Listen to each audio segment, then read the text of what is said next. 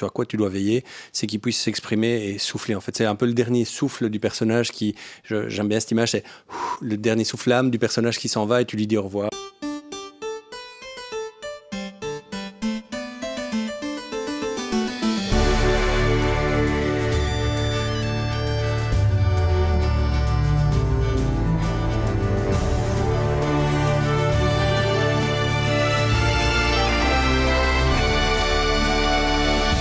Bonjour à tous et bienvenue sur HRP, un podcast fait pour les hygiénistes et par des hygiénistes.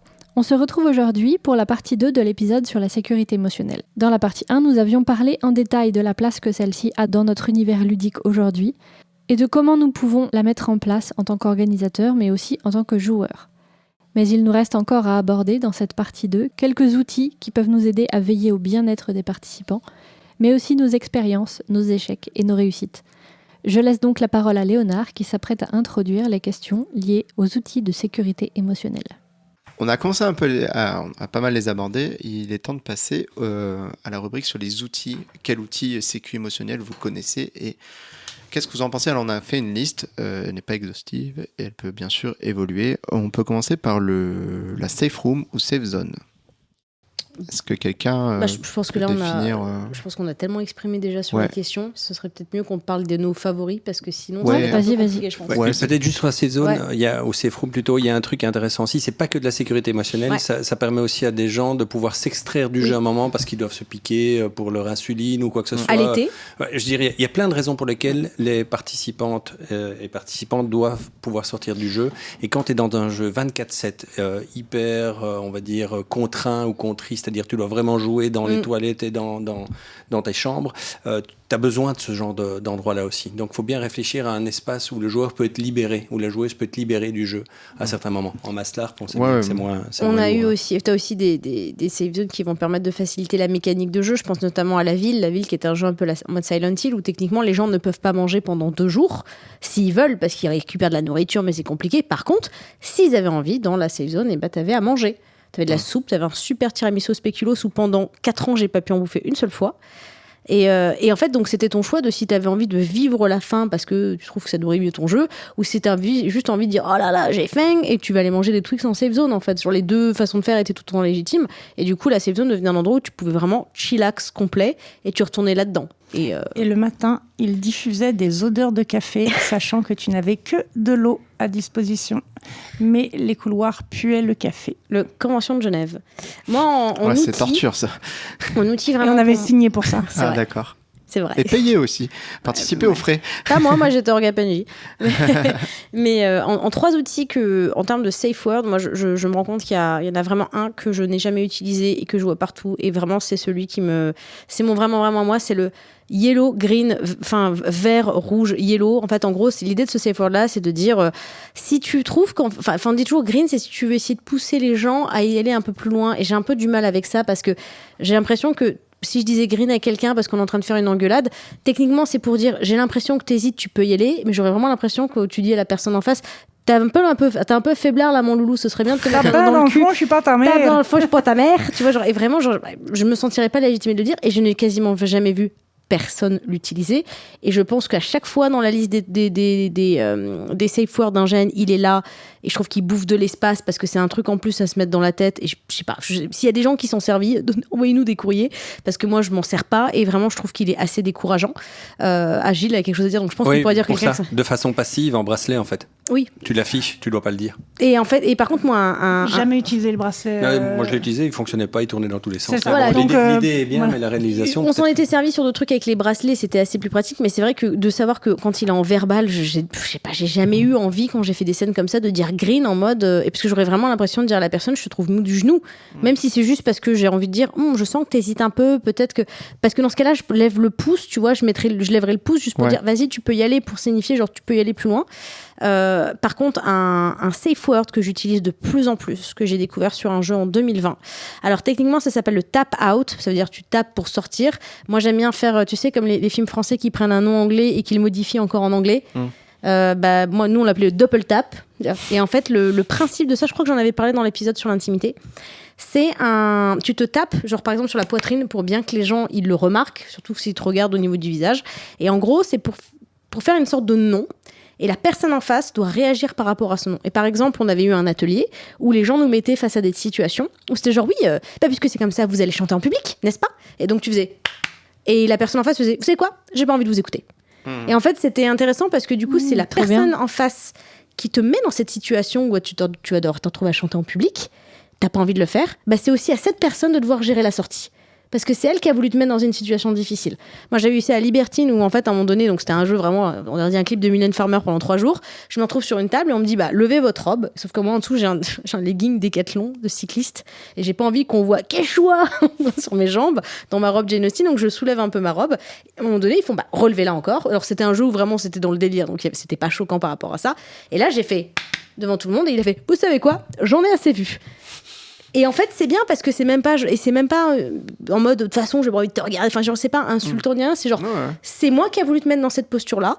Tu veux pas. Et c'est à moi de rebondir sans te culpabiliser. Et je trouve que cette méthode, propre, je l'ai maintenant sur plein de jeux. J'ai envie de la mettre en place. J'ai envie de faire ce petit atelier au début où on crée des situations et que les gens, en fait, ils s'entraînent à rebondir dessus.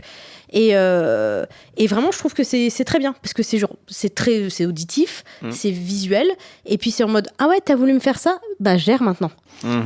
Et je trouve que justement, c'est vraiment, je préfère ça qu'un yellow, qu'un green, qu'un rouge où tu te perds dans tes trucs, dans tes intentions.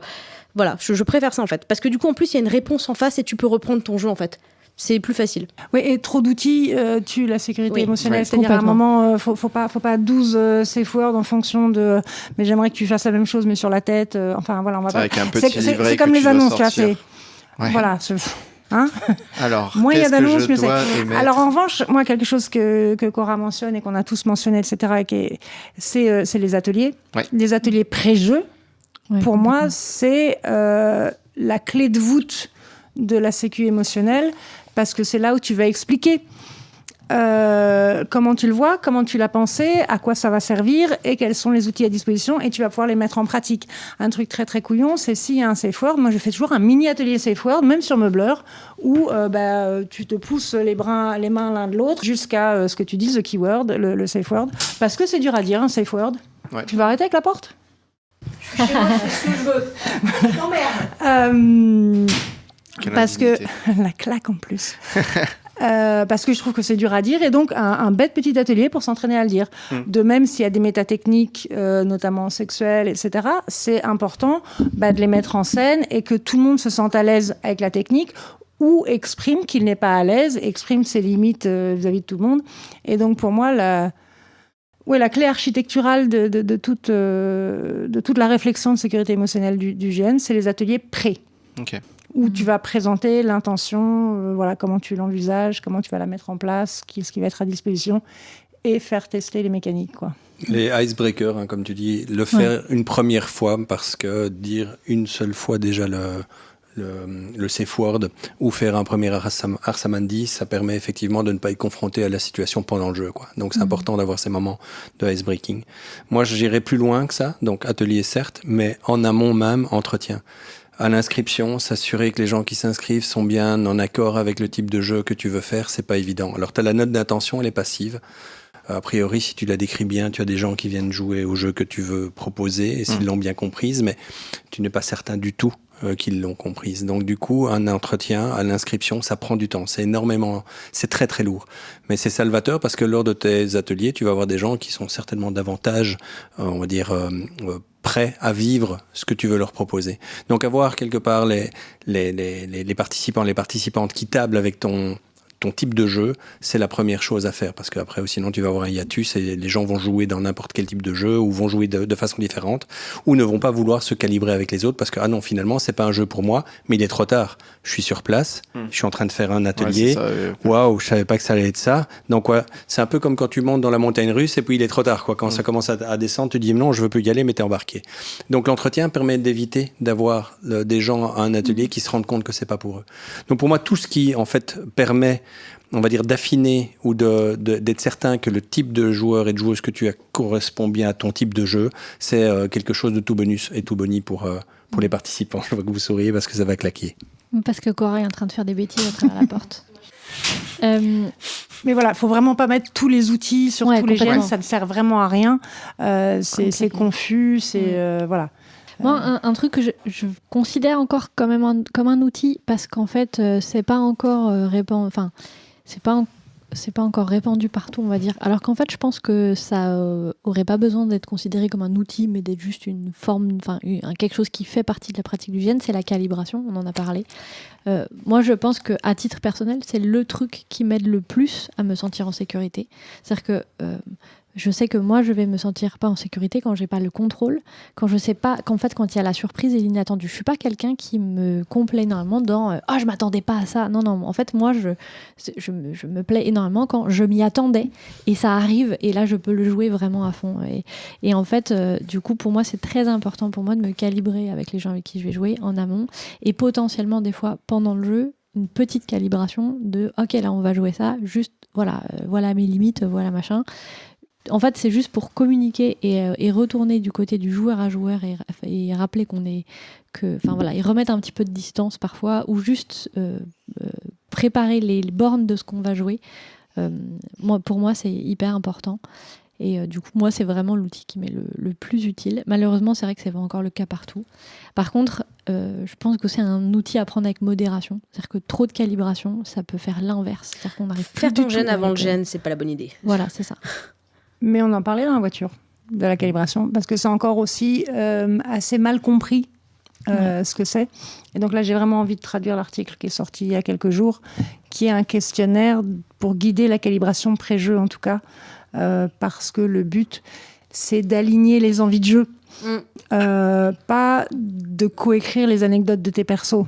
Complètement. Et du coup, il y a encore de la confusion. C'est comme le bleed et le blues et ces confusions-là.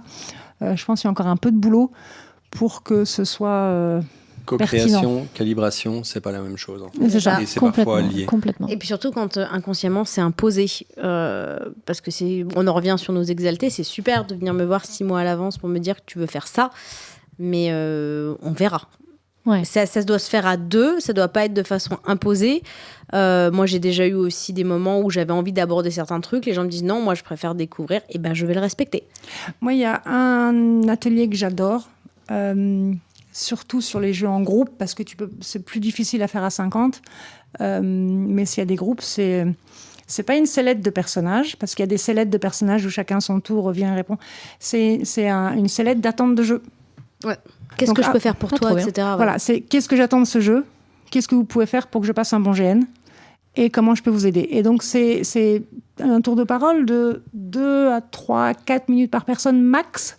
C'est un petit tour de table, donc c'est un atelier qui prend une demi-heure. Si tu arrives à faire des groupes de joueurs qui vont pouvoir avoir un impact sur le joueur sur le jeu les uns des autres, et c'est récapituler les attentes de jeu de chacun et comment on peut s'aider à passer un bon GN. J'ai du mal à parler aux gens, essayer de m'intégrer aux intrigues, essayer de faire ceci. S'il vous plaît, je vais essayer de picoler assez régulièrement. Faites-moi-en la remarque, ce genre de choses. Genre, j'ai besoin de ça pour nourrir mon jeu. S'il vous plaît, essayez d'être réceptif là-dessus. Et même si tu t'en rappelles pas forcément, des fois tu fais ah oui, c'est vrai qu'il a dit ça. Et t'as pas besoin d'en savoir des caches, j'ai pas besoin de connaître tout ton backstory. J'ai peur d'être un chef pas assez charismatique. Oui. Aidez-moi à soutenir ce jeu. C'est ça, exactement. Je veux m'en prendre plein la gueule. Allez-y, vous pouvez y aller. Et voilà comment je vous dirais oui ou non, ou plus ou moins, si jamais ça rentre pas dans le cadre des techniques prévues. Enfin voilà. Et du coup, on parlait tout à l'heure des choses à éviter de faire, etc. Je pense qu'il y a, au sujet de la calibration, il y a un truc qui est pour moi un red flag total, genre les orgas, ne faites jamais ça, c'est interdire la calibration. Il y en a qui disent, tu ne peux pas parler aux autres joueurs avant ton jeu. Pour moi, ça c'est non. C'est absolument non, parce qu'en fait, le truc c'est que là, c'est pas seulement ne pas prévoir de choses pour la sécurité, c'est empêcher un outil de sécurité qui me semble nécessaire. Pour moi, c'est vraiment, s'il y a un truc en tant qu'orgas à ne pas faire, c'est ne jamais interdire la calibration, permettre aux gens de parler. C'est même pas interdire la calibration, c'est interdire de savoir qui joue qui, parce qu'il y a trop de secrets en jeu, et donc tu découvres qui joue ton mari depuis 10 ans quand le jeu commence ou quand il revient d'avoir disparu depuis 10 ans, machin. Et c'est très très compliqué du coup parfois parce que déjà fais confiance à tes joueurs, c'est pas grave s'ils ont déjà parce que des fois le trombinoscope est méconnaissable. Donc moi j'ai déjà eu mon amant qui a débarqué en jeu, je ne l'ai pas reconnu parce qu'ils avaient pris une photo de lui avec une perruque, plein de maquillage, machin. Le joueur est arrivé, je ne savais pas qui c'était, donc je savais que mon amant était dans les joueurs qui avaient débarqué. Un personnage qui a débarqué. Ouais. Tout Et précis. je ne savais pas lequel c'était. Pour- Parce qu'il était pour moi, méconnaissable. Autant la calibration, l'interdire, ça c'est un problème de sécurité, il n'y a pas à le faire. Autant le secret, c'est un élément de game design, mais ça doit être communiqué.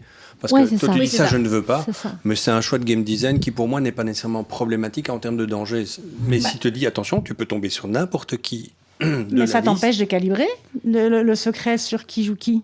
Alors, si tu te calibres avec tout le monde, tu vas te calibrer avec ton futur mari ou ce genre de choses-là. Mais De si- toute façon, tu vas te calibrer avec tout le monde. Non, si je ne peux pas savoir que tu vas débarquer en jeu et tu seras mon ancien mari qui a disparu, qui a été amnésique pendant 10 ans et tout d'un coup tu débarques, tu vas débarquer en ancien mari, on n'aura jamais eu la possibilité de calibrer. Oui, ou alors tu t'es calibré avec tout le monde comme potentiel ancien mari.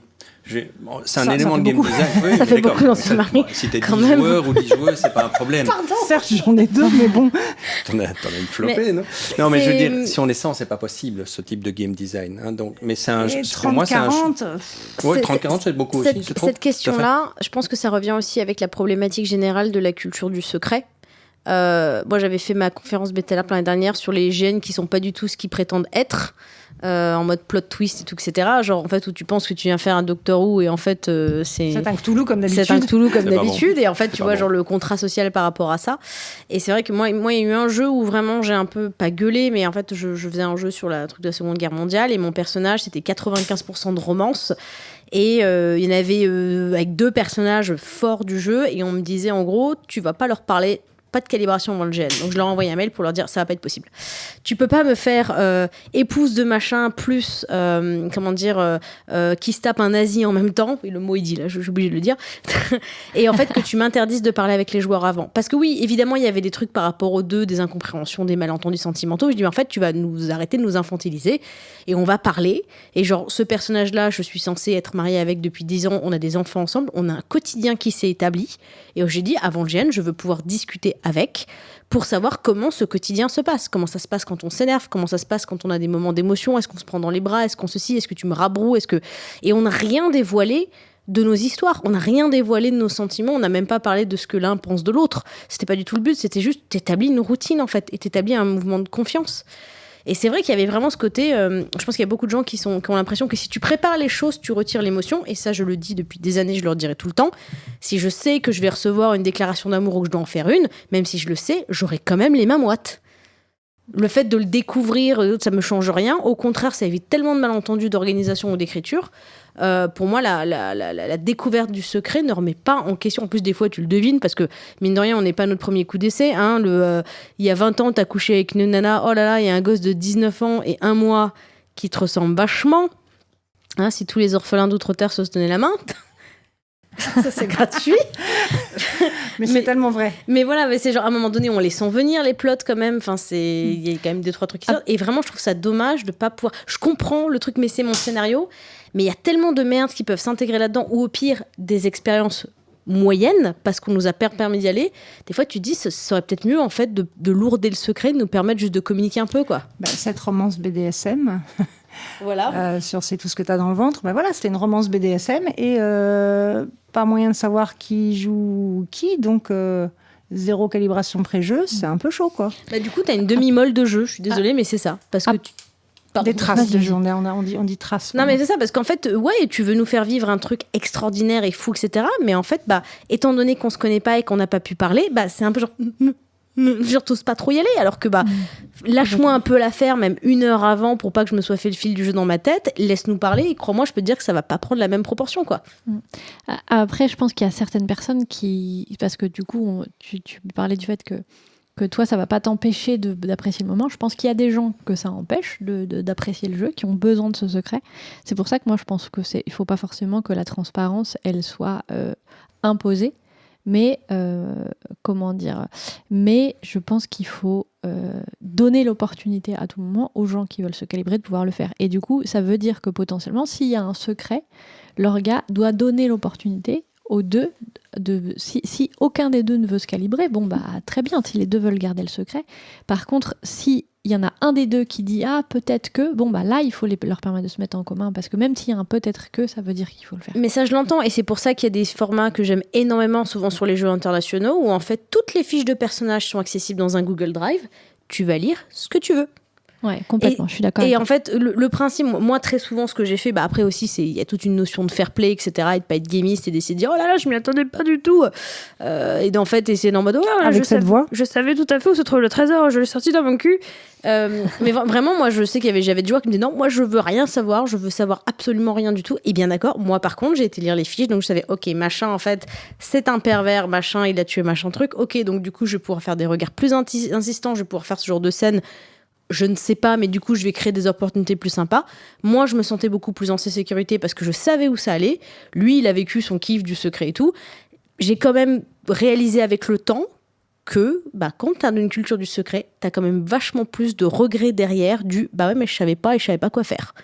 Là où avec la transparence, c'est un peu moins le cas. Ça devient des misplays, quoi, c'est dommage. T'as dit quoi ? C'est des misplays. Oui, c'est ça, mais c'est ce truc, c'est que dans la culture du secret, il y a toutes les erreurs orga, les erreurs d'écriture qui s'enferment aussi. Mais voilà, ça après, ça c'est une autre façon de faire et c'est chacun sa façon qui fait le jeu. Mais c'est vrai que moi, personnellement, j'ai jamais eu l'impression que, quand j'ai su les choses, ça m'a jamais empêché de les monter en intensité, bien au contraire. Okay. Et ce qui est bien justement avec ce format les fiches sont accessibles à tous, tu lis ce que tu veux si t'en as envie. Évidemment, en étant dans une optique de fair play et pas de faire de l'optimisation. Et en fait, je trouve que ça rassurait les gens parce que chacun pouvait aller à son degré. Si tu veux y aller en mode YOLO, je sais rien, tu vas en YOLO, je sais rien. Si au contraire, tu as besoin de savoir pour te préparer mentalement et psychologiquement, tu le fais. Je voudrais juste dire une chose. Je suis convaincu de ne pas avoir de secret pour des relations de proximité. Vous m'avez tout à fait convaincu par rapport à ça. Quelle journée. Bon, je change de David, c'est moi. Non. Mais c'est vrai ce que tu dis. Tu peux pas jouer correctement, ou alors tu dois être dans un gène de 5 personnes où tout le monde se calibre hyper fort et donc advienne que pourra. Et ça, il y a pas de problème d'à tout gérer, mais c'est juste très compliqué. Mais donc par rapport à la calibration et le secret, pour moi, il n'y a pas de lien. C'est pas parce que tu vas te calibrer ou que c'est pas plus facile de te calibrer avec ta proximité si tu as, on va dire, une transparence de tous les rôles. Ça, je suis totalement d'accord. Et ça, c'est le débat de transparence. C'est pas lié à la sécurité. On pourrait arguer que si tu as un gène transparent, tu as toutes les fiches, donc il y a moins de risques à être surpris et donc tu es plus à même de gérer l'émotion et de ne pas te faire attraper par un sujet qui te dérange chez quelqu'un qui va parler de viol alors que le semi-lien, c'est quand tu as des gens qui disent que si tu indiques tous les triggers dans ton formulaire, déjà tu dévoiles tout ton gène. Tu vois, genre, il y a des gens qui partent du principe qu'il faut absolument rien dire, parce que même dévoiler les triggers éventuels de ton jeu, c'est déjà révéler tout ton plot. Il faut arrêter au bout d'un moment. La sécurité d'abord et le jeu après. Voilà. Point. Ça, là-dessus, clairement. on est tout à fait d'accord. Mais pour quelqu'un qui a fait une campagne de 10 ans de découverte, je pense que ça peut fonctionner, quelque chose de non transparent, avec à certains degrés. Avec un jeu safe. Mais jusqu'à un certain degré, on est bien d'accord. C'est vraiment le côté, tu vois, quand j'ai fait le jeu en question avec les 2 romances, je n'ai rien su de ce qu'ils pensaient. Et j'avais pas besoin de le savoir, j'avais pas besoin de connaître leurs secrets. Par contre, il y avait ce côté, genre, s'il vous plaît, ne soyez pas infantilisants, on peut avoir une discussion, d'autant plus qu'il y a une génération qui est préétablie, et on peut aussi, vous pouvez me mettre là si vous voulez, t'as un peu l'impression d'être au parloir, d'ailleurs, c'est ce qui s'est passé, mais par contre, au moins, faites-nous confiance. Parce que de toute façon, vous avez déjà établi une semi-relation. Voilà, moi j'aime bien la semi-transparence, l'espèce de demander l'autorisation à quelqu'un avant de dévoiler un secret. Oui. C'est le brief qu'on fait sur Squiff, c'est-à-dire, il n'y a pas de secret, mais s'il y a des gens qui préfèrent ne pas savoir, demandez-leur l'autorisation avant de dévoiler des choses. Et en fait, du coup, la responsabilité est sur la personne qui a envie de partager. Parce que notre hantise, c'est pas que les gens ne partagent pas et gardent leur secret. Notre hantise, c'est de spoiler pour les gens qui ont envie de garder la surprise.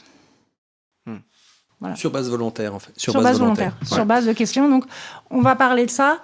Et à quel point tu veux savoir ? Oui, non. Oui, c'est ça. Il faut respecter aussi qu'il y a des gens qui ne peuvent avoir du plaisir que dans le secret. Il y a des gens, vraiment, leur fonctionnement, c'est ça. Si tu peux... Oui, et calibrer n'est pas révélé. C'est ça, calibrer n'est pas révélé. Voilà, on tient notre nouveau t-shirt.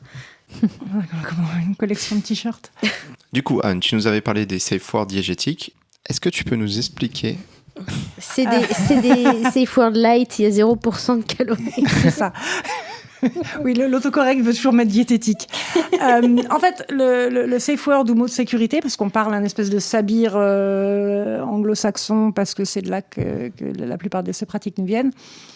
Le safe word est un mot de sécurité qui va signifier des choses de type oula, vas-y doucement, oh, je suis pas sûre, et là, ça va pas, on arrête le jeu. Et il y a certaines organisations qui, dans le but de ne pas interrompre le jeu, mettent des mots de sécurité en jeu. C'est-à-dire qu'ils vont passer pour du dialogue entre personnages. Par exemple, vraiment. Voilà. Ok. ou alors, c'est tout ce que tu as. Celui-là, c'est encore une autre problématique. Donc, par exemple, pour moi, le vraiment, dire j'ai vraiment mal, ou j'ai vraiment envie de faire pipi, ou j'ai vraiment pleuré, c'est dire ce n'est pas mon personnage, c'est moi. Et donc, on appelle ça des safe words diégétiques parce que leur but est de ne pas briser l'immersion. La diégèse. Alors, je suis désolée, c'est de la merde. Parce que le but de ce safe word, si c'est un mot de sécurité, c'est qu'il soit entendu comme hors de la diégèse. Ok. Parce que si en face, la personne ne le comprend pas comme hors de la diégèse, alors il ne sert à rien. Parce qu'il n'est pas entendu. C'est une communication de joueur à joueur pour des questions de sécurité. Essayer de les faire passer pour des communications de personnage à personnage et donc prendre le risque de les rater, c'est pour moi irresponsable. Et il y a zéro valeur ajoutée. D'accord. Parce que de toute manière, le but, quand tu l'entends, c'est de comprendre que c'est le joueur qui te parle. Alors parlons-nous entre joueurs. Oui. Alors pour moi, ça n'a vraiment aucun sens. Et alors, il y en a qui sont encore plus pervers. Mais là, il avait été changé quand j'avais dit parce Mais que... je l'ai encore vu il n'y a pas si longtemps que ça, tu vois. Donc j'avais fait un jeu où on te proposait comme safe word, qui est une proposition d'escalade, c'est tout ce que tu as dans le ventre. Alors en soi, c'est quand même vachement problématique parce que c'est un défi. Et tu dois pas utiliser les trucs de sécurité pour mettre les gens au défi parce que les gens sont cons. Et les gens vont réagir au défi, c'est dire chiche. Et chiche, c'est dangereux en termes de sécurité. Et ça risque d'emmener les gens à dans un jeu trop intense où ils veulent pas. L'escalade déjà. Voilà. Et donc l'escalade, tu dois faire hyper attention que ce soit une proposition. Ouais. Déjà en soi, c'était compliqué, mais en plus, c'était prévu majoritairement pour des scènes de bagarre, torture, machin. Sauf que moi, je l'ai eu sur une scène de cul. BDSM. C'était quand même un peu spécial. Ah bah oui. C'est tout ce que t'as dans le ventre, on en revient à ta sodomie, j'ai envie de dire, Gilles. Ça pas la mienne, on la partage si tu veux. Et du coup, mais là, je dois dire que, voilà, j'avais écrit aux orgas, j'avais dit, écoutez, voilà. Moi, ça me semble problématique pour telle raison. J'avais respecté leur Week of Stories et tout ça. Et après, ils l'ont changé sur ce GN. Mais voilà, j'ai un vrai problème avec ces mots-là. Les safe words diégétiques. On utilise rouge aussi, tu vois, on peut dire... Il y a plein d'autres safe words. Ouais, on verra après avec les outils. Il y a break et cut comme outil aussi. Alors, j'aime pas trop break et cut parce que les gens savent pas écrire break. Ils mettent break comme cassé. Oui, au lieu de frein. C'est des freins, B-R-A-K-E. Et parce que break, cassé et cut, c'est le même, ça veut dire la même chose. Donc, ça sert à rien comme safe word. Et c'est compliqué à utiliser le safe word. Quand tu penses à utiliser le safe word, en général, il est déjà trop tard. Je reviens juste rapidement. C'est une grosse responsabilité. Sur le vraiment, je suis fondamentalement d'accord avec toi qu'en fait, des fois, quand tu as trop de safe word, les gens sont dans un état de stress, ils savent plus lesquels utiliser, donc c'est pas forcément mieux. Après, je pense que l'intérêt du vraiment, même si fondamentalement, quand tu as fait plein de jeux, tu vois la problématique, c'est une bonne porte d'entrée pour la sécurité émotionnelle, notamment pour les gens qui ne sont pas convaincus par ça, mais qui veulent quand même au moins mettre un truc, parce que justement, quand ils sont encore dans cette mentalité, ou quand ils y restent, qui moi n'est pas du tout la mienne, du 100% l'immersion et on m'interrompt pas mon jeu parce que le jeu avant les gens, bon, ça c'était défendable, je suppose, pas par moi. Pas par moi. Mais quand tu dis vraiment, tu interromps déjà le jeu. Mais je suis d'accord, mais en fait, je pense que vraiment, il y a des gens pour qui, quand ils démarrent, quand c'est la sécurité émotionnelle par les pipous et que c'est fait sans grande conviction, c'est pas le meilleur outil. Il y a 1 milliard de fois mieux, mais il est facilement compris par les gens. Donc c'est vraiment le moins pire, mais c'est... Moi, j'en ai raté des vraiment. Mais moi aussi, j'en ai raté. Et j'ai raté plein de safe words parce qu'il y avait des jeunes où ils en avaient mis 45 000 pour 45 000 situations.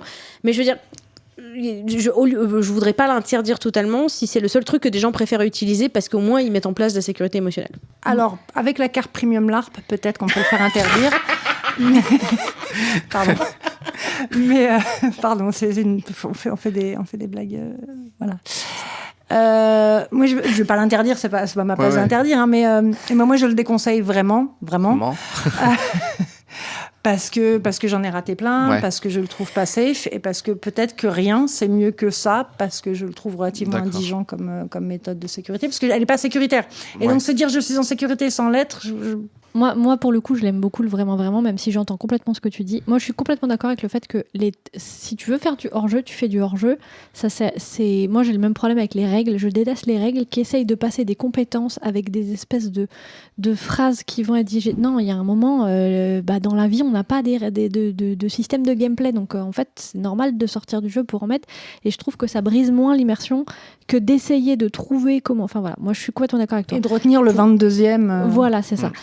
Pour autant, le vraiment, vraiment, je trouve qu'il s'est tellement répandu que pour moi, il fait presque office de point en l'air. Alors, le truc, c'est que je pense que sur des GN qui sont très émotionnels, où tu vas plus être aussi... où tu as vraiment besoin d'une sécurité émotionnelle très forte, c'est peut-être pas très approprié, justement, parce que tu vas jamais avoir ces espèces de discussions légères dans lesquelles le vraiment, vraiment a du sens.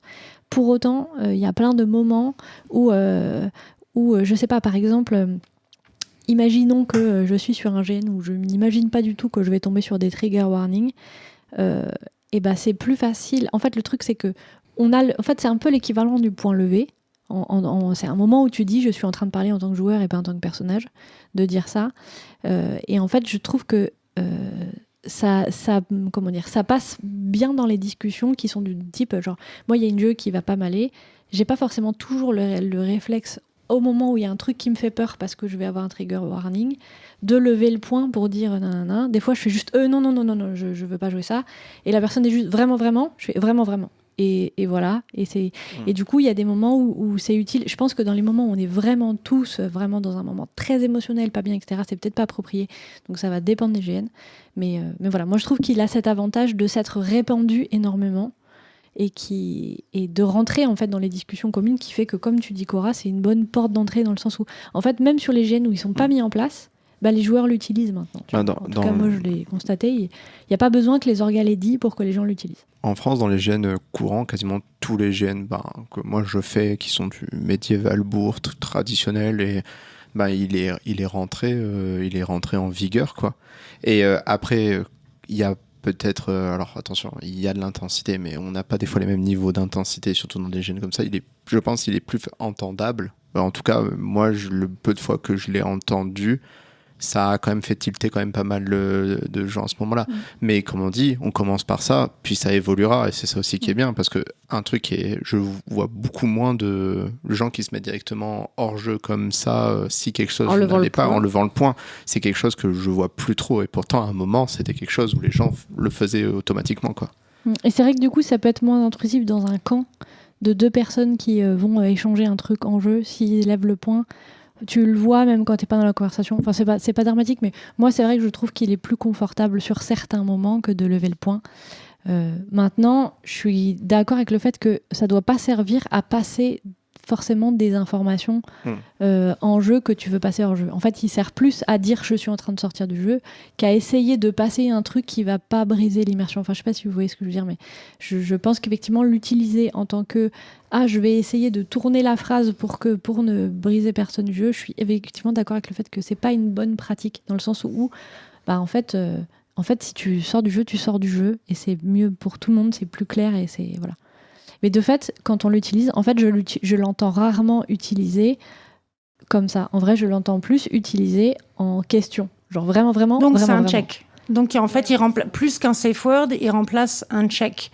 Et pour moi, je préfère la gestuelle du check au vraiment, vraiment. D'accord. Notamment Si les on peut mouvements de passer dans les plongée, parce que c'est vrai outils, que vous voyez pas ce qu'on fait, mais régulièrement, enfin, Léonard le faisait d'ailleurs au début de l'épisode, mais il a oublié qu'il était filmé parce qu'il veut pas être filmé. Mais en fait, très souvent, de plus en plus à l'international, et c'est en train de venir en France, c'est les petits signaux, un peu comme un plongeur, où tu fais un petit rond avec tes doigts en mode est-ce que c'est bon. Notamment, tu parlais des gens tout à l'heure qui t'interrompaient quand tu pleurais parce qu'ils pensaient vraiment, tellement tu chiales bien apparemment, et ils viennent te voir genre mais ça va vraiment, et en fait ouais, tu pleures et puis tu lèves le pouce pour dire t'inquiète, ça va, et t'es pas obligé de le dire, juste les gens sont en mode ok, c'est bon, et genre un petit check de loin, genre quand tu viens d'avoir une engueulade ou autre, et du coup ça n'interrompt pas le jeu et t'as vraiment une information très claire qui passe. Et c'est vachement plus discret que le point, et comme c'est une forme de question, tu peux répondre oui, ça va, avec le pouce levé. Ouais. Bof, ça va moyen avec la main qui tremble. verticale. Horizontale, putain. Horizontale. Ou le pouce en bas en Ouais. disant ça va pas. Et si la personne en face te fait un pouce en bas, tu la mets dans safe zone direct. Voilà. Mais pour moi, je préfère de loin ce check Ok. vraiment, Ouais, clairement. parce que tu l'identifies comme une communication hors jeu. Mais avec un peu de chance, il va aussi être adopté, le check, j'espère. Mais du coup, c'est plus un safe word pour moi. Si c'est interrogatif, c'est plus un safe word. Il rentre pas mal le check parce que c'est toujours des trucs. Le vraiment, c'est qu'on ait des scènes. Le check arrive maintenant sur les scènes proches, mais des fois, les scènes au loin, t'as fait quelque chose, t'as oublié juste de checker. Ce qui peut arriver, tu sais, t'étais dans ton truc, tu sors, tu descends, tu poses la question, tu sais, au loin, comme ça, le joueur, il capte ton regard, il fait ça au loin. Il fait le check. Tu fais le OK de loin, le joueur te répond OK, et donc tout se passe bien, quoi. Ok, il y a aussi d'autres outils qu'on peut voir. On n'en a pas parlé, c'est l'atelier post-GN. C'est le débrief. C'est le débrief. On l'a fait. Oui, c'est les débriefs, on l'a fait tout à l'heure. Débrief, dérolling. Pas vraiment. Le dérouling, Ouais. non, parce qu'on a fait les ateliers c'est de vrai. préparation, mais moi, par exemple, je n'ai jamais vécu, à mon peut-être grande tristesse, un atelier post-GN. Vous voyez ça comment dedans, comment ça se goupille. Il y a plusieurs façons de faire du dérolling. C'est généralement arriver à faire le deuil de ton personnage, donc lui dire au revoir, voir si tu check, quoi, savoir si tu vas bien. C'est vraiment le check-in. Tu vas bien, tout s'est bien passé, comment tu te sens à ce moment-là. Il y a plusieurs types d'ateliers, des petits groupes qui discutent ensemble, des gros, on va dire des grandes discussions où tout le monde peut un peu partager, mais généralement c'est pas suffisant. Donc il y a plusieurs moments, on va dire pendant le GN, donc vraiment à la fin du GN, où tu peux faire un check-in avec tes participants et savoir si ça s'est bien passé. À chaud, c'est toujours difficile, hein, mais ce que tu dois veiller, ou sur quoi tu dois veiller, c'est qu'ils puissent s'exprimer et souffler. En fait, c'est un peu le dernier souffle du personnage qui, j'aime bien cette image, c'est le dernier souffle âme du personnage qui s'en va et tu lui dis au revoir, que tu écrives une lettre ou ce genre de choses-là. Il y a plusieurs procédés.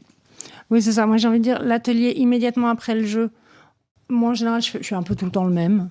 C'est 8-10 personnes, un modérateur, des tours de questions, comment tu vas, de quoi tu as besoin, une scène marquante, c'est rappeler aux gens de parler de leur personnage à la troisième personne, c'est leur demander ce qu'ils voudraient garder de leur personnage, ce qu'ils voudraient laisser chez leur personnage.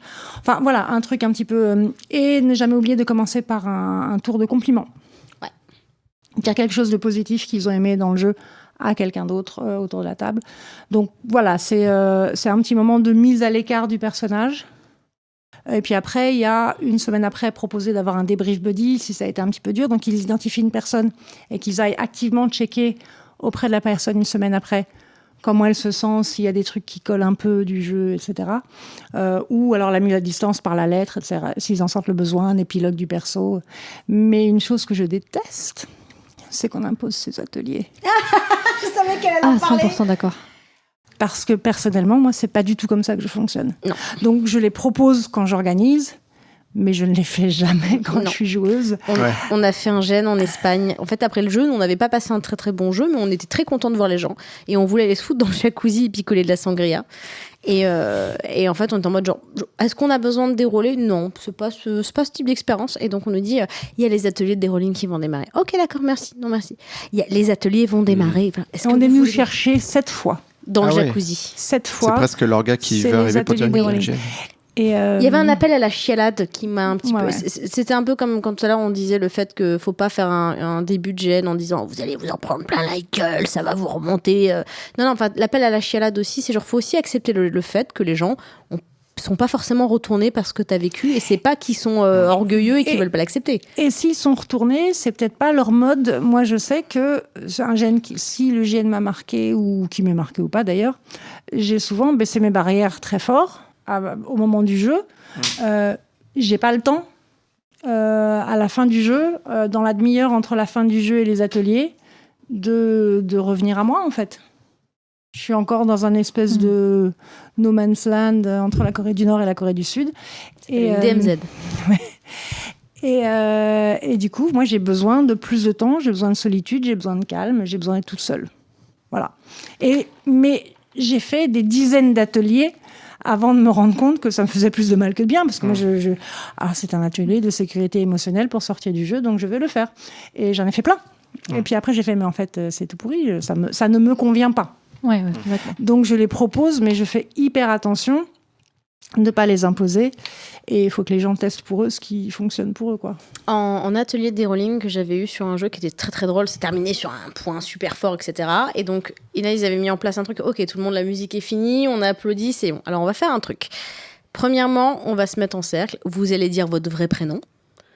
Vous allez dire si ça va ou si ça va pas. Et vous allez dire ce dont vous avez besoin. Et donc, ça a été très rapide. C'était ok, moi en fait, je m'appelle Jacqueline, je suis avocate dans le droit des entreprises. Et en fait, ça va super bien. Venez me voir pendant que je parlerai. Parce que souvent, dans ce type de jeu, souvent, tu as des after-parties, des teufs après. Les gens ne reprennent pas forcément la voiture pour partir, ils dorment sur place. Et il y avait vraiment ce côté. En fait, ouais, venez me parler de vos expériences de jeu, j'ai vraiment envie de les entendre. Et puis, tu avais aussi des gens qui disaient j'ai pas passé un super bon GN, j'ai besoin qu'on me foute la paix. Parlez-moi demain matin éventuellement, mais là, ce soir, j'ai besoin de réfléchir, je vais pas très bien. Et la dernière chose dont j'ai besoin, c'est les gens qui viennent me raconter les trucs extraordinaires qu'ils ont fait ou le jeu incroyable qu'ils ont passé, parce que moi, c'est pas mon cas. Est-ce que, ouais, totalement. Les gens qui utilisent les ateliers post-jeu pour raconter leur fait d'armes, la dernière blague, enfin, c'est insupportable. Les gens qui revivent le jeu en atelier, c'est vraiment, pour moi, c'est le pire du pire. Faites ça en buvant un verre après, la prochaine fois que vous croisez, etc. Mais s'il vous plaît, c'est un atelier de dérolling. Donc le but est de sortir du jeu, pas de revenir dessus encore et de parler 45 minutes, monopoliser la parole pour raconter vos jeux aux autres. C'est pas le moment, c'est pas le format. Ce serait comment? Ce serait mettons, mon personnage a fait ça, j'ai pas trouvé ça bien. Ça, je voudrais bien revoir ça. C'est quoi? C'est plus une sorte d'introspection où t'es un peu en mode... Déjà, on te pose des questions plus claires, mais moi, j'ai vraiment déjà eu des gens en retour justement en dérolling où tu leur dis, on t'essaie vraiment de maintenir un peu un temps pour que les gens ils puissent digérer, parler, parce qu'aussi, moi, ils veulent sortir du dérolling pour aller boire un coup et souffler et retirer leur costume et se laver ou un truc comme ça. Et t'as quelqu'un qui te raconte la scène extraordinaire qu'il a fait, qui pour lui était extraordinaire, et il va en parler pendant je sais pas combien de temps, et ça concerne personne qui est là, et en fait t'as plus l'impression qu'il a besoin d'entendre que les gens lui disent qu'il était incroyable et tout, ce qui est dans un sens, il y a des gens qui ont besoin de se rassurer, mais en fait là t'es obligé de recadrer, t'as un peu le bad cop, et tu dis par contre voilà, on va passer à autre chose, parce qu'on peut pas que parler de toi. C'est vrai, c'est très dur quand tu fais ça. T'as un peu l'impression d'être le Toby à ce moment-là de l'entreprise, mais il faut que tu le sois. Moi, je fais des tours hyper rapides. Je fais, voilà, comment dites vos prénoms, comment vous allez, compliments. Et donc, à force de faire des tours rapides, les gens vont pas aller s'installer dans une narration de leur GN, qui est ce que tu veux éviter à tout prix. Parce que là, c'est pas pour l'atelier structuré. Qu'ils le fassent, c'est très bien. Qu'ils le fassent avec leurs potes, qu'ils le fassent avec les gens avec qui ils ont interagi. Mais c'est pas le but de l'atelier de dérolling pour moi. D'accord. Je suis comme Anne. Par contre, j'ai une autre approche, c'est que je vais maintenant à certains ateliers de dérolling lorsque j'ai joué le rôle, pas d'un oppresseur, mais on va dire avec des personnes qui ont vraiment, on va dire, pris de plein fouet l'émotion que je voulais donner. Et tout, et j'y vais pour faire un check-in aussi bien pour moi, parce que je me dis, voilà, comment tu te sens par rapport à ce que je t'ai fait vivre, mais aussi pour donner l'opportunité de me poser des questions et de dégonfler peut-être un stress qui a été créé dans le jeu, parce qu'on ne se connaît pas, on a peut-être fait un peu de calibration avant, et puis après, waouh, qu'est-ce que tu m'en as mis plein la gueule, et c'est important, je pense, d'être présent aussi, même si toi, tu n'en as pas besoin pour quitter ton personnage, peut-être pour que d'autres puissent souffler et se sentir mieux. Alors, tu ne viens pas là pour te faire flageller ou critiquer, mais en tout cas, donner l'occasion de pouvoir dégonfler un ballon hypothétique qui aurait été créé d'un stress durant le jeu en fait. Et ça, je me suis rendu compte, pour avoir joué souvent des oppresseurs ou des sales types, que c'était intéressant et important d'être présent et de montrer un visage humain en fait, et pas le visage du monstre. Mais moi, j'y arrive pas. Mais tu peux avoir un visage humain. Oui, je sais. Moi, j'essaie de facile. Le jeu est terminé, je sors du personnage et c'est terminé. Et pourtant, pendant, je le vis à 100%. Mais j'ai cette facilité-là, donc du coup, mais moi, j'ai je besoin la mets d'un au sas, service. et souvent, les gens mettent les ateliers de rolling pendant ce sas où moi, je reviens à moi, quoi. Chaque personne est différente. Hein. C'est pour ça qu'on ne doit pas imposer. En fait, c'est toujours le problème avec essayer de hiérarchiser, en tout cas codifier la sécurité émotionnelle, c'est que ce soit avant, pendant ou après, là aussi, c'est comme pour les outils, c'est qu'en fait, les gens ont besoin de choses complètement différentes. Des fois, tu as cette espèce d'outil de dérolling qui est inclus dans le jeu. J'ai fait plein de GN où à la fin, on te fait passer dans une pièce où tu dois écrire une lettre à ton personnage, qu'ensuite tu vas aller la mettre au feu, des trucs comme ça. Moi, j'avais apprécié certains trucs. Bon, après, en tant que dyslexique, moi, tous ces trucs-là, à chaque fois, je suis en mode, j'ai envie d'écrire viens ma tati, viens mon canard, viens ma tati canard. Généralement, t'as dessiné une bite dessus et tu fais un peu ça, tu sais, Dick Butt. Bye bye Dick. Bye bye Dick Butt. Mais voilà, moi, j'ai déjà fait, pareil, c'est comme les épilogues, des fois qu'on écrit sur des trucs sur Facebook. Je m'y suis prise 2-3 fois. Il y a eu des moments où j'ai ressenti le besoin, mais parce que ça venait aussi d'une place de j'ai peut-être pas réussi à exprimer ce que je voulais exactement. Il y a des gens qui le font automatiquement. Je suis assez admirative. Moi, ça me touche moins. Dernièrement, là, au 14 juillet, j'ai fait un jeûne où pour la première fois depuis des années, j'ai eu envie de le faire. Sur le Moon River. C'est le Moon River, en effet, évidemment. Et mais voilà, sinon, en général, c'est pas un truc qui me plaît. Mais voilà, il y a plein d'outils qui existent et vraiment, je pense que c'est lié à la sensibilité. De toute façon, chacun a son parcours quand selon il a passé un mauvais jeûne. C'est lui qui gère sa merde une fois qu'il est rentré chez lui. Donc je pense qu'il faut être relativement compréhensif des méthodes que tu prends. Moi, voilà, il y en a quelques-unes auxquelles je contribue, notamment la lettre à la fin. Moi, je l'ai déjà vu des jeunes où ils l'ont mis en place. Moi, ça ne me touche pas. Et vraiment parce que je dis, est-ce que j'ai vraiment envie d'écrire et me faire des nœuds au cerveau ? Qu'est-ce que j'ai pas déjà dit en fait ? Et puis est-ce que je le dis vraiment pour moi ? Tu contribues quand même parce que t'as pas envie d'être en mode mais c'est de la merde. Parce que je l'ai pas toujours pensé. Maintenant, je suis un peu plus hermétique à ça. Mais voilà, il y a plein de choses différentes et en fait, il faut se dire, il y a pas de bonne solution pour les gens. Il faut juste par contre être capable d'accepter qu'ils disent j'ai pas envie de parler. Il y a une mauvaise solution, c'est d'écrire ton épilogue, impliquer plein d'autres personnages, d'autres si joueuses. tu tagues tout le monde. Non, et le leur envoyer. Ouais. Et pas leur Et laisser du le coup, choix. Voilà ce que nos personnages ont fait après le jeu. Genre, t'es gentil, dude, tu ne m'imposes pas la suite de mon personnage. Je vais citer Christian Lehmann, c'est nul et non avenu. Non. Ouais, mais c'est chaud. Enfin, voilà, moi, la dernière fois que quelqu'un... violent, quoi. C'est très violent. La dernière fois que quelqu'un m'a fait ça, je n'ai pas ouvert le doc. Et quelqu'un d'autre à qui il l'avait envoyé m'a fait « Tu fais bien ». Ouais, je vois le genre. C'est bizarre. T'as un peu l'impression d'être dépossédé de ton histoire, ouais, en fait. C'est très je étrange. trouve ça assez bizarre parce c'est super dur. que si vous avez vécu un truc ensemble, que la personne écrit pour toi, c'est pas correct. Du coup, après, on se remet ensemble. Et... Quoi ? Ou pas. Et tu arrêtes de travailler pour ouvrir une boutique de cupcakes au milieu de nulle part. A contrario, que l'orga le fasse, ça te dérange moins ? J'aime pas trop non plus. Moi non plus, mais c'est une question, parce que bon, ça me dérange pas. Moi, je me sens pas quelque part... Je sens pas... on va dire le fait qu'on ait pris ton personnage, c'est le leur à la base aussi. Hein. Il y a une grosse mode des épilogues écrits à la fin avec PowerPoint et musique et tout ça. On en a eu quelques-uns comme ça. Et on en a eu où en fait en gros non mais vraiment ils avaient pour la France par exemple là où tu joues des personnages qui ont plus ou moins vraiment existé, le PowerPoint de fin c'est sur la musique de Amen en plus, donc toi t'es déjà bien en PLS, c'est ils mettent la photo qu'ils ont pris toi en début de jeu et ils mettent la photo du personnage que tu as inspiré et ils mettent comment cette personne a fini, et donc libre à toi d'imaginer. Est-ce que ce serait pas ou la musique c'est dans les trucs, dans les films, la liste de Schindler, avec la liste de Schindler, non, arrêtez avec la liste de Schindler, j'en peux plus, je l'entends partout. Bah écoute, c'est cette fin là. Non mais c'était ça, mais le truc après... genre dans les années 80 avec il est devenu plombier, ouais c'est ça. En fait là, c'était ça mais en mode 1944 tu vois, genre. Merde, moins drôle. Mais par contre ce qui était intéressant c'est que du coup ils te disent pas comment toi t'as fini, ils te disent par contre ton alter ego réel avait terminé. Celui-là il était intéressant, il dit voilà c'est cool. Le personnage qui a inspiré le tien, voilà comment il a fini la guerre. Par contre, et donc ça c'était chouette. Alors en revanche, se retrouver 2 fois dépossédé de son perso pour qu'on piétine ton jeu dans l'épilogue, genre t'es morte en essayant d'embarquer alors que non, t'étais resté. On a fait un jeu où en fait il y avait un personnage orga qui était là en jeu, pour lequel quand on allait lui dire des trucs, c'était pour faire comprendre à l'orga les décisions qu'on allait prendre. C'était une métatechnique qu'ils avaient mis. Et en fait, quand on a vu l'épilogue de fin, qui était très clairement inspiré de justement le type de jeu qu'on parlait avant, en fait, ils nous avaient déjà écrit nos fins avant. Et donc ça allait complètement... En fait, on était dépossédés entièrement. C'est quand tu fais ASMR et que tu balances les noms, on entend quand même. Mais voilà, en fait, et on l'avait... On est vraiment nuls. Ça, c'est quelqu'un qui nous respecte pas au montage. Genre, on va être là en mode, et ça, c'est censuré. Attendez, Clémentine, montez le son. Donc, j'entends bien un nom et un prénom derrière. Ah, ça aussi, il va falloir l'enlever. Les gènes qu'on a bien aimés, on va les nommer, où ça a été bien fait. Les expériences catastrophiques, on va jeter un voile pudique. Mais voilà, moi, il y avait vraiment ce truc où, genre, on s'est regardé, on était nombreux en mode, genre, mais non, je n'aurais pas fait ça. Enfin, c'est... Si tu voulais à tout prix que ça se termine comme ça, fallait le jouer ce personnage, fallait pas me le confier. Enfin, on dit toujours en tant que un personnage, il t'appartient plus à partir du moment où tu l'as confié à quelqu'un, et que c'est pour ça qu'il faut accepter aussi d'une session à une autre, on fera pas la même remarque, tu vois. Enfin, j'ai encore fait un jeu il y a pas si longtemps où l'orgame a cru sans doute bon de me dire mais tu sais machine elle avait fait ça et elle s'avait fait... et genre je m'en fous, mais tellement t'avais qu'à la faire jouer une deuxième fois si tu voulais, tu lui mettais une moustache de Mexicain et tu m'emmerdes pas. Mais c'est un peu comparer ses ex quoi. Exactement. Voilà. Ah ouais, c'est ça. Mais au lit, parce que ça reste une expérience intime d'incarner un personnage. Jean-Rémy, lui, il mettait les... Mais voilà, non, vraiment. Et je trouve qu'en fait, ça peut être super Jean-Rémy, violent. promis, je te ferai jouer Meubler. Ça peut être ultra violent, justement, de te faire dire... parce qu'en plus, moi, je me rappelle avoir vu cet épilogue. Et je m'étais dit, mais est-ce que ça veut dire que j'ai pas compris le personnage ? Est-ce que ça veut dire que vous partez du postulat que j'ai fait que de la merde et que c'était pas du tout la voix que vous imaginiez ?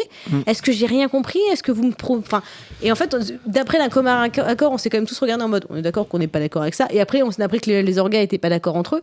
Mais oui, hein, je t'avoue qu'en fait, si tu penses que t'as vécu une expérience assez forte et que mine de rien, t'as été honnête avec ce que tu devais faire, et en fait à la fin c'est everyday you t'as tort, tu vois, genre t'es là, bon bah on va reboire un coup, on va retourner dans le jacuzzi, hein. Le truc c'est qu'en fait je suis d'accord avec le fait que c'est l'orga qui écrit le jeu, le personnage à la base, sauf qu'après t'y as mis de toi, en fait à partir du moment où tu l'incarnes t'y as mis de toi, et ce n'est plus la possession de l'orga, c'est aussi en fait ça veut aussi dire ça, organiser, ça veut aussi dire lâcher la grappe sur le personnage que t'as créé, et tu le donnes à quelqu'un. Et soit c'est un Cthulhu où tu sais que de toute façon à la fin on est mort, et dans ce cas-là on l'a tous accepté, le fait qu'il n'y a pas de victoire possible, comme à Sahara où ils te font mettre un gramophone où t'as une voix off qui vous dit concrètement nous étions tous perdus, je suis le dernier survivant, et tu démarres le jeu en disant de toute façon je vais mourir, et donc ok. Mais si tu mets en place quelqu'un qui est censé justement prendre en compte ce que tu fais pour l'intégrer, c'est un emploi fictif le gars, quoi.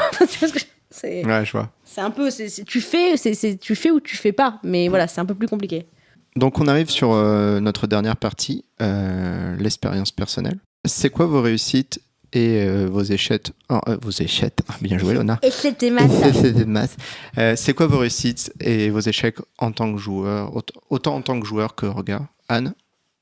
Moi j'ai foutu un pote en... Ouais. C'est un bel échec. Ouais, c'est pas mal, c'était un gros fail de début de en fait ça compte. Et après on en a débriefé pendant 3 semaines tous les jours. On a parlé et j'ai rejoué avec lui après, et on est toujours amis, et on a rejoué des trucs hyper durs, on a rejoué à la ville après ensemble, et je pense que ça a été un moment fondamental dans notre amitié, pas forcément pour les bonnes raisons, mais on a réussi à le dépasser. Donc ça c'est un truc positif, mais ouais, c'est là que j'ai pris conscience de la puissance de l'outil jeu, GN, vraiment. Je suis pas sûre que je réalisais avant jusqu'où ça pouvait aller comme expérience. Ok. Des échecs, j'en ai beaucoup, donc je vais essayer d'en donner quelques-uns seulement.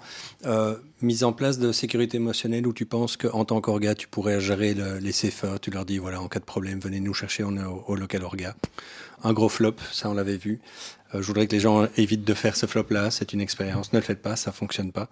Le ressenti déflagué aussi, ne pas sous-estimer ce ressenti et ne pas s'en sentir quelque part complètement dédouané. Je veux dire, c'est une décision certes qui vient de plein de choses, mais il y a des gens derrière qui ne participeront pas certes, mais qui ont des ressentis, et donc ça c'est d'un point de vue humain, il faut le traiter aussi. Et le sous-estimer la bienveillance que la communauté peut avoir par rapport à ta volonté de bien faire, de mettre un système en place. Ça va pas toujours être bien perçu ni reçu, alors que au départ, tu viens avec vraiment toute une bonne volonté. C'est pas pour ça que ça va être bien reçu. Donc surestimé du coup. J'ai dit sous-estimer. Ouais. Surestimer la bienveillance. Ouais, merci. De rien. Donc des retours de bâton où tu te dis, a priori les gens, nos joueurs, ils nous aiment, ils aiment bien ce qu'on fait, et tu es surpris du fait qu'ils préfèrent voir le verre à moitié vide que le verre à moitié plein. Et ça fait très très mal. On a failli arrêter d'organiser notre campagne clone à cause de ça. Donc je voudrais que ceux qui nous écoutent ne s'exposent pas trop ou sachent qu'il peut y avoir des retours de bâton assez C'est une menace. difficiles. Je sais que c'est pas une menace. C'est vrai. Préservez-vous. Faites attention. Non, mais je veux dire, voilà. Pas trop, il y aura des Je retours de voudrais bâton. éviter que les gens vivent ce qu'on a vécu. Donc peut-être maladroitement dit, mais en tout cas, voilà. On a vécu ça alors qu'on était plein de bonnes intentions, et on s'est pris vraiment un gros retour de bâton qu'on n'a pas vu venir. Et ça peut faire très mal quand tu es vraiment dédié quelque part à la tâche et que tu veux bien faire. Moi, en échec, j'ai eu la même chose que Anne, c'est-à-dire que de me retrouver en fait dans une place où c'est moi qui mets quelqu'un mal à l'aise, et tu réalises le mal que tu as pu faire. Et en fait, comme tu es tellement habitué à être dans l'autre côté de la prédation, tu le réalises pas forcément. Et que justement, moi, ça m'a démarré une espèce de discussion morale super importante, ce qui fait que du coup, j'ai appris à faire extrêmement attention depuis. Et aussi, un peu pareil, c'était le fait aussi d'être tellement dans cette espèce de martyr de l'orga, de pas m'écouter et de dire je peux le faire. Et en fait, au final, à la fin, tu ne sais pas le faire, et du coup, tu deviens plus un problème qu'autre chose parce que t'es pas capable de t'écouter non plus, et que la culture de la boîte, tu laisses ça au travail, tu fais pas ça au GN, quoi. Je vais faire plein d'heures comme ça, au moins, on va voir que les gens, que je travaille vachement bien. Non, il faut aussi être capable de dire tu fais de la merde là. Il faut que tu ailles dormir, il faut que tu tires la sonnette d'alarme pour dire tu n'es plus capable d'écouter ce qu'on essaie de te dire. Ça, c'est pour moi un gros échec personnel. La safe zone de Squiff, ça a été pour moi un échec personnel de m'effondrer en larmes devant des gens qui essayaient de m'expliquer qu'ils allaient pas bien parce que ça faisait juste 48 heures que je m'en prenais plein la gueule. J'aurais dû aller voir mes co-orgas et dire je n'y arrive plus les gens. Faut que quelqu'un me relaye parce que là j'en peux plus. Moi, mon échec principal auquel je pense, c'est Cineris, le GN que j'ai organisé où je vous racontais qu'on avait fait une safe zone qui consistait à mettre 4 poteaux au sol pour dire là c'est la safe zone et machin. C'était un échec parce qu'on était à l'arrache et que du coup on s'est pas rendu compte, on n'a jamais pris le temps, bref.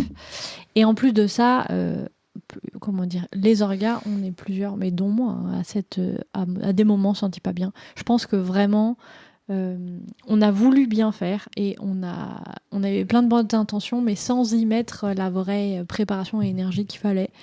Donc ça a été vraiment une très bonne leçon, mais moi je pense que c'est un échec. Alors au final, à ma connaissance, il n'y a pas eu besoin de la safe zone, mais en fait, comme on le disait tout à l'heure, je suis peut-être juste pas au courant qu'il y en a eu besoin. Et d'ailleurs, en vrai, il y a un joueur à un moment qui trouvait pas son jeu. Si on avait mis quelque chose en place le mieux, peut-être qu'on aurait pu mieux l'encadrer là-dessus. Moi je pense qu'on n'a pas géré les trucs. Et pour la réussite,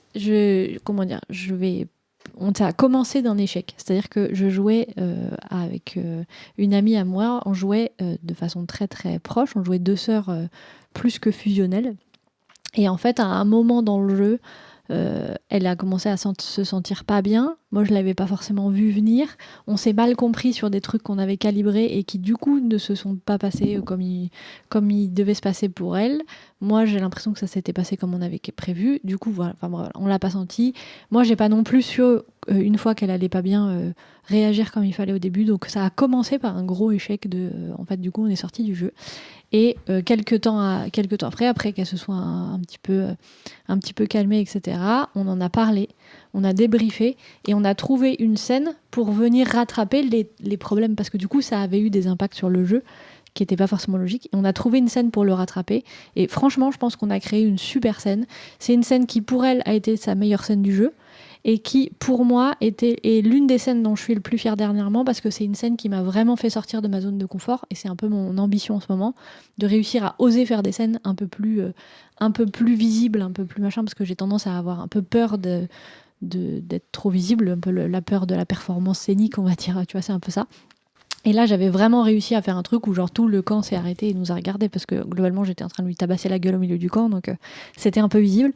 Et donc moi, je suis très fière d'avoir proposé ce jeu-là. Elle, c'était sa meilleure chaîne de jeu. Donc en fait, on est parti d'un échec et on en a fait vraiment un truc, une belle scène et un truc super fort. Et donc ça, franchement, je suis super fière de nous, quoi, d'avoir réussi à échanger là-dessus, à résoudre le problème. Ça aurait été mieux de pas se retrouver dans une situation pas bien, mais une fois que c'était fait, on a su renverser le truc. Et ça, voilà, pour moi, c'est ma réussite sur ce sujet-là.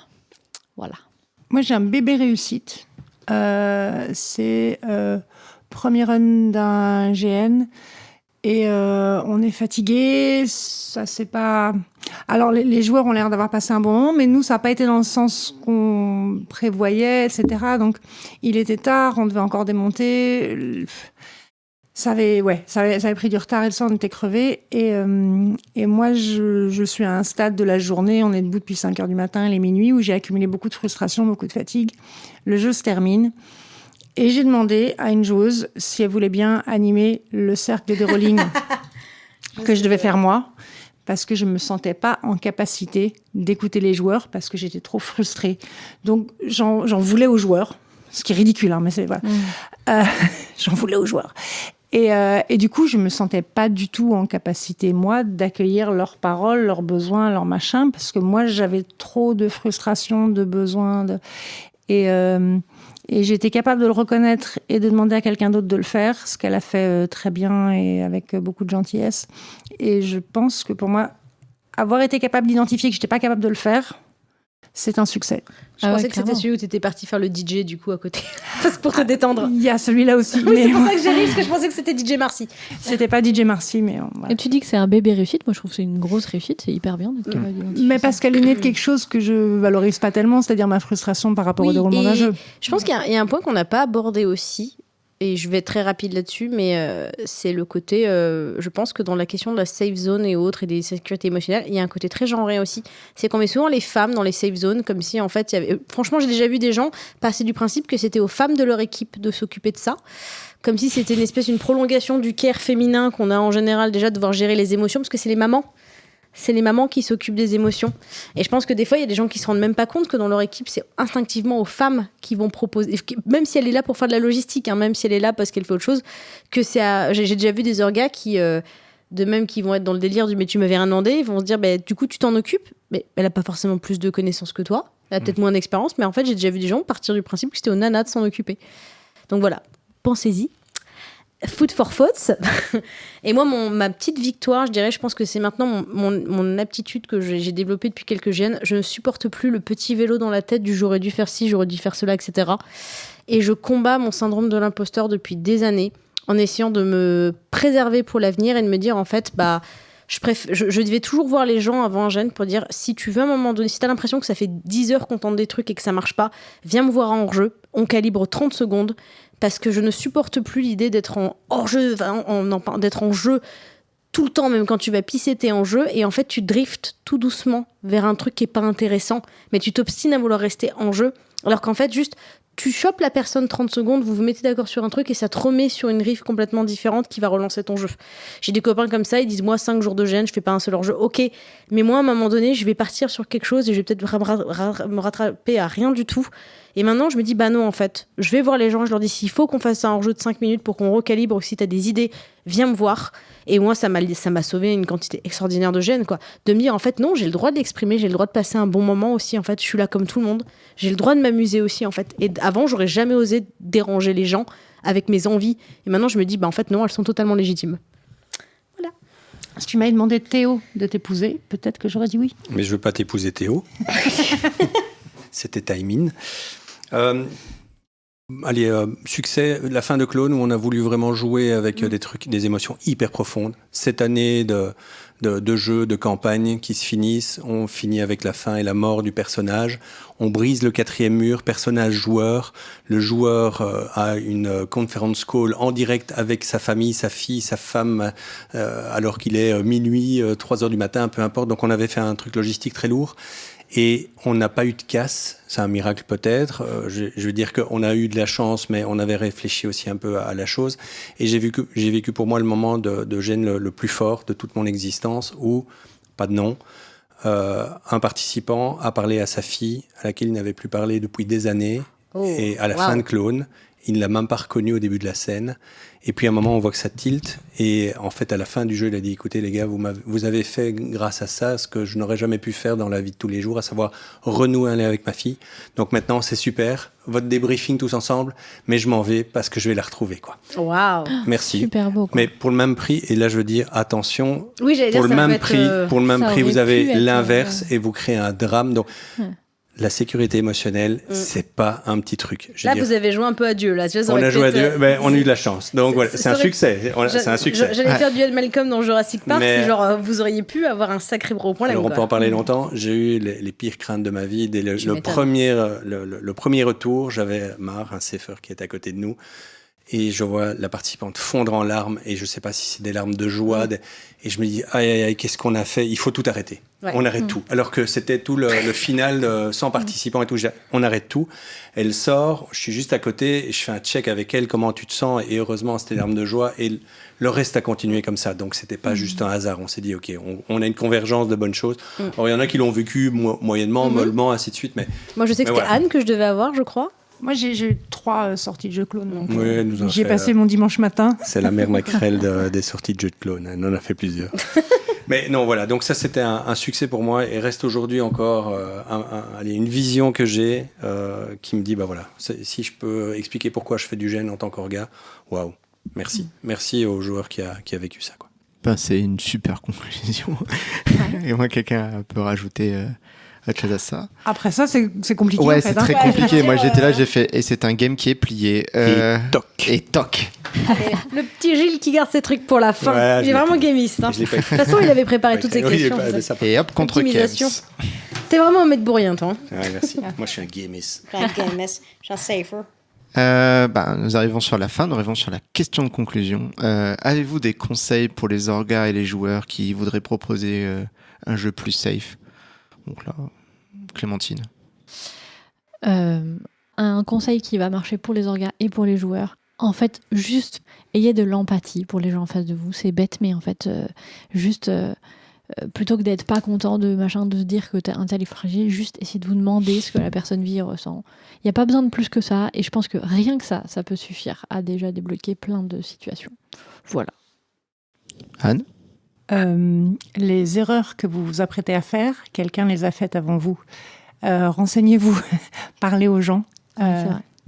Parce que voilà, tous ceux qui ont un jour tenté de mettre en place des sécurités émotionnelles sur la GN ont fait des erreurs. Et ceux qui n'en ont pas fait aussi. Ouais. Et ils en feront encore. Ils en feront encore. Donc parlez, renseignez-vous, allez lire, écoutez des podcasts de qualité. Voilà. Prenez soin de vous. Vous allez vous exposer en toute bienveillance pour faire en sorte que vos participants et participantes puissent vraiment venir jouer de façon optimale. Vous allez avoir des retours de bâton. C'est parfois aussi pour ça qu'on se dit que certains organes ne veulent pas le faire, ils ne veulent pas se taper des shitstorms et ainsi de suite. Ça vaut 1000 fois la peine parce que votre jeu n'en sera que meilleur. Si vous libérez vos joueuses de toutes ces contraintes et de tout ce stress, vous allez avoir un jeu qualitativement qui va être bien supérieur à tout jeu qui ne prendrait pas ça en compte. Ou alors allez vous taper dans les bois. Et j'aime bien ça. C'est très très bien. Moi, j'aime bien me taper dans les bois. Avec un gant bison et un casque. C'est ça. Et non, un collant. Gilles, il se loin de huile et il va tout nu dans les bois. Mais tu m'as déjà vu, c'est pour ça que tu en parles. Je t'ai vu en singe. Ah, c'était toi, oui, merci. Non, mais voilà, donc les collants dans les bois, j'adore ça, mais derrière, effectivement, il faut savoir que ça en vaut le coup. Ouais. Ça vaut l'investissement que ça demande. Moi, je dirais... quand tu te lances dans la sécurité émotionnelle, surtout quand tu viens d'une culture de jeu où en effet ce n'est pas du tout ton monde, en effet renseigne-toi, regarde ce qui est possible, ne refais pas la roue, comme on disait tout à l'heure, il y a plein d'outils qui sont déjà là et essaye de te mettre à la place de ceux qui ont déjà fait des choses pour récupérer. Et de même qu'on peut faire partie d'une minorité oppressée et avoir des comportements d'oppresseurs, tu peux être aussi quelqu'un qui est à fond dans la sécurité émotionnelle et faire aussi des conneries.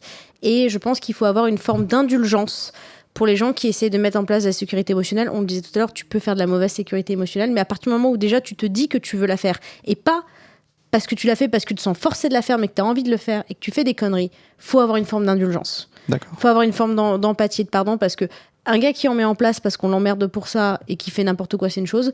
Quelqu'un qui la met en place parce qu'il croit en la question, mais il est maladroit, il faut pas le dégoûter d'avoir essayé, en fait. Et je pense je pense que c'est parfois le truc avec le militantisme, et j'ai été comme ça aussi, on a tellement envie que ça se passe bien, c'est tellement un sujet clivant auquel on se bat, que parfois, en fait... on nuit au mouvement. Je vois Anne qui s'apprête à me jeter une bouteille. Non, mais on manque de bienveillance vis-à-vis des gens qui font les mêmes erreurs qu'on a faites. Voilà, par contre, pour le coup, ne partez pas poser des questions autour de vous. Enfin, moi, régulièrement, on m'envoie des messages. Tiens, est-ce que tu pourrais devenir safer sur le jeu? Est-ce que tu as des conseils à me donner, etc. Pour un GN, la semaine prochaine, j'ai donné plein de conseils. J'ai fait un PDF à une personne. Posez des questions à vos aînés. Surtout quand ils viennent jusqu'à chez vous à Lille. Quel coup bas. Fallait bien que je finisse sur un peu de trahison. Mais voilà. Cette meuf. C'est ta fille, c'est pas la mienne. Voilà. Ce qu'elle a dit, ta fille. Donc faut vraiment faire attention, il faut se protéger, et puis il faut protéger aussi bien ses PNJ que son organe logistique, il faut protéger tout le monde, quoi. Ça me paraît être une bonne conclusion. Juste avant de terminer cet épisode, je vais vous demander, est-ce que vous avez une petite recommandation pour nos auditeurs? Petite chose, une asso, un article, une chaîne YouTube, un groupe. Je vais commencer par Clémentine qui a peut-être une recommandation à faire. Bah oui, je vais évidemment recommander le podcast Drôle de jeu, dont Aura fait partie. C'est un autre podcast sur le GN. Enfin, on est tellement contents. C'est les collègues. C'est ça, on a enfin des collègues, c'est trop bien. C'est super, ça s'adresse plutôt aux débutants, si j'ai bien compris. Mais franchement, même quand on n'est pas débutant, c'est trop cool à écouter. C'est toujours un plaisir à écouter. En plus de ça, ils sont portés par le collectif Hyper Sensas, qui est un collectif que j'adore, et dans lequel il y a mon podcast préféré ever, qui s'appelle C'est cool, c'est quoi, et dont j'ai déjà parlé. Donc, petite double recommandation pour ça. Mais voilà, donc allez écouter Drôle de jeu.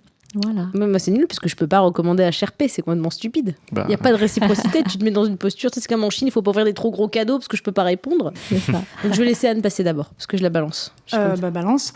Alors moi, je dirais aux gens qui s'intéressent à la question d'aller lire. Alors il y a un peu de trucs en français sur électrogène, il y a énormément de ressources sur Nordic LARP, mais c'est en anglais. Et il y a un certain nombre d'articles de Nordic LARP qui sont traduits sur PTG et PTB, donc Places to Go, People to Be. Je confonds toujours. Voilà, j'avais un pense-bête. Donc, ils traduisent en français des articles JDRGN qui sont hyper intéressants, qui sont des articles importants, je crois. Et donc, n'hésitez pas à aller faire un tour. Il y a plein de ressources dessus et c'est un chouette site. Ça, on mettra tout ça en description. Voilà. Moi, je vais recommander un truc, je crois que j'avais déjà recommandé la dernière fois. C'est une chaîne YouTube anglophone qui s'appelle The Take, qui est une chaîne YouTube qui parle en fait des stéréotypes et des tropes d'écriture de personnages, qui fait notamment aussi des études de personnages dans certaines séries, genre Mad Men, etc., qui vont prendre les persos et expliquer, en fait, ils font un peu l'historiographie d'un type de personnage, genre par exemple la petite fille gâtée, le ceci, comment on représente des couples métis dans des séries, est-ce qu'on décide par exemple de pas du tout parler du fait qu'ils sont métis, est-ce qu'on parle juste, tout ce genre de choses, et en fait ça parle aussi bien de tropes d'écriture qui des fois peuvent être très intéressants pour des écritures de personnages, et aussi en fait ça t'explique par exemple d'où vient un stéréotype d'écriture, quelles sont les racines, qui a commencé à parler de ça, c'est en lien avec quoi, etc. Donc c'est en anglais, je sais que des fois les sous-titres automatiques YouTube, si tu parles pas anglais, ils sont vraiment très corrects sur cette chaîne. Et vraiment, c'est super intéressant, c'est écrit par 2 femmes cinématographes et c'est vraiment super chouette. J'ai pas l'impression que tu me l'as déjà fait le coup, The Take. Si. Si. Bah écoute, deux fois plus. C'était il y a 2 ans la dernière fois, et ils continuent à faire des bons trucs. C'est toujours aussi bien. C'est toujours aussi bien et ils ont updaté leur contenu, c'est vraiment chouette. Super. Gilles ? Du coup, une recommandation qui a peut-être déjà été faite, je n'ai pas vu toutes les recommandations précédentes, mais c'est une chaîne YouTube qui a le mérite de vulgariser ou en tout cas d'expliquer des concepts dont on parle ici avec, on va dire, un point de vue de vieux boomers, génistes, medfans. Enfin, je les aime beaucoup. Donc, voilà, oui. Mais honnêtement, je les trouve super parce qu'ils arrivent à parler de choses d'un point de vue de gens qui ne le pratiquent pas nécessairement et qui s'y intéressent. Donc, c'est la chaîne YouTube Time Freeze. Elle est belge. Donc, du coup... c'est pour ça que j'en parle également. Mais je trouve que c'est louable de s'y intéresser quand on n'est pas nécessairement de ce monde-là. Et je trouve qu'ils font un super effort pour expliquer ça avec des mots qui soient moins, on va dire, tarabiscotés que ceux qu'on a utilisés, soit aujourd'hui, soit cahier. Léonard, avant l'enregistrement, disait qu'il voulait beaucoup voir des vlogs d'organisation. Ouais, ils vloguent. Et ils font des vlogs. Ouais, ils font des vlogs, ils font plein de choses. Et tu sens qu'il y a une culture très maslarp là derrière et que ça vient de là et qui s'intéresse à ces concepts. C'est pour ça que moi, je les aide un petit peu et je trouve que ça vaut la peine d'aller les voir. Pour tes copains qui font du medfan, voilà, c'est le public. Ça, ouais. Et alors, du coup, moi, et vous couperez ça si ça vous va pas, mais j'ai envie de poser la question à Léonard sur toi qui dis que c'est pas tellement ton univers, etc. Quel retour t'as sur notre conversation d'aujourd'hui? Ouais, c'est ça. C'est long. Non, en dehors de ça, c'était quelque chose. J'ai eu le fameux chemin où j'ai découvert qu'il en fallait, mais j'avais pas encore trop poussé le truc en fait. Aller aussi loin dans ces réflexions-là. Je suis plutôt du genre à prendre la personne. Si ça va pas, je la passe au safer ou je l'emmène dans une zone safe. Et c'est super intéressant parce que c'est des choses où moi j'ai pas vraiment trop creusé là-dessus avoir des retours là-dessus, c'est très intéressant d'avoir des gens qui ont vécu en fait des expériences même des shitstorms, des choses comme ça, parce que un truc tout bête, mais à chaque fois que viennent les blacklists, les red flags, toutes ces choses-là, il y a beaucoup de questions qui s'abrassent beaucoup sur le Facebook. Et souvent, c'est difficile. On est sur du débat où ça envoie plus des fions que c'est intéressant. Donc, c'est bien d'avoir un retour complet, en fait, d'avoir le temps de se poser et d'entendre tout ça. Mais moi, ça me met dans l'idée que de toute façon, oui, tu protèges le joueur. Ça ne vaut pas le coup. T'es pas là pour souffrir, en fait. Ce truc bête, mais t'es pas venu ici pour souffrir. Je suis pas venu ici pour souffrir, ok. Et surtout, le point noté, Gilles et Anne sont d'accord sur plein de choses, en fait. Ouais, mais est-ce qu'on pourrait couper ça au montage? Pas de problème. Il y a une réputation à tenir. Je ne suis pas d'accord avec cette assertion. Et vous en parlerez dans la voiture. Et du coup, ta recommandation, Léonard? Et ben moi, je vais recommander un YouTuber. Ça s'appelle La Taverne d'Halloween. C'est quelqu'un. Moi, j'aime beaucoup le storytelling. C'est quelqu'un qui fait du storytelling de jeux vidéo, mais au mieux, il le fait de son point de vue personnel, de comment ce jeu vidéo est rentré dans sa vie, qu'est-ce qu'il a fait, qu'est-ce qu'il a marqué. Et je vais dire peut-être un peu solidaire. C'est un géniste, et donc il y a ce côté très roleplay qui est rentré dedans. Et ça change un peu de ce que je vois sur YouTube et c'est vraiment très bien. En tout cas, Clémentine et moi, on adore ça. Donc, en plus, chaque fois, il glisse de peut-être un jour, il nous parlera de GN. Et donc, s'il peut nous parler de GN, nous, si on est d'accord. nombreux à lui demander de faire une vidéo sur le GN, il en fera peut-être une. Bien sûr, on a fait tout un épisode sur la sécurité émotionnelle. Ne le harcelez pas, pitié. C'est qu'on finisse pas sur ça, mais allez le voir, donnez-lui de la force, c'est tout. C'est très, très cool ce qu'il fait.